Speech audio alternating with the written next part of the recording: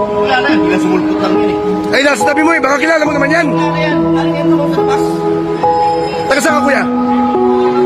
Ba't bigla-bigla ka pumapasok dito? Hindi ka naman imbitado ha. At dami mo pang kinakain no? Patay gutom ka ba ha?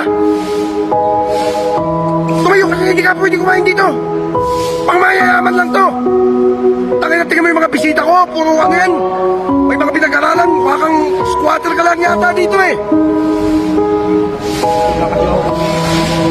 Nagugutom mo, sige, pakakainin kita. Alam mo ba kung magkano yung pagkain na yan? Ah, libo-libo ang halaga niyan. Pinakitiring namin yan.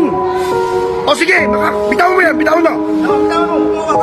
Makakakain ka lang kung dito ka kakain. Yan. Sige. Kumain ka dyan. Tangin na. Oo. Sige, kumain ka. Ibang ampas lupa ka, bigla-bigla ka pumapasok dito sa handaan namin.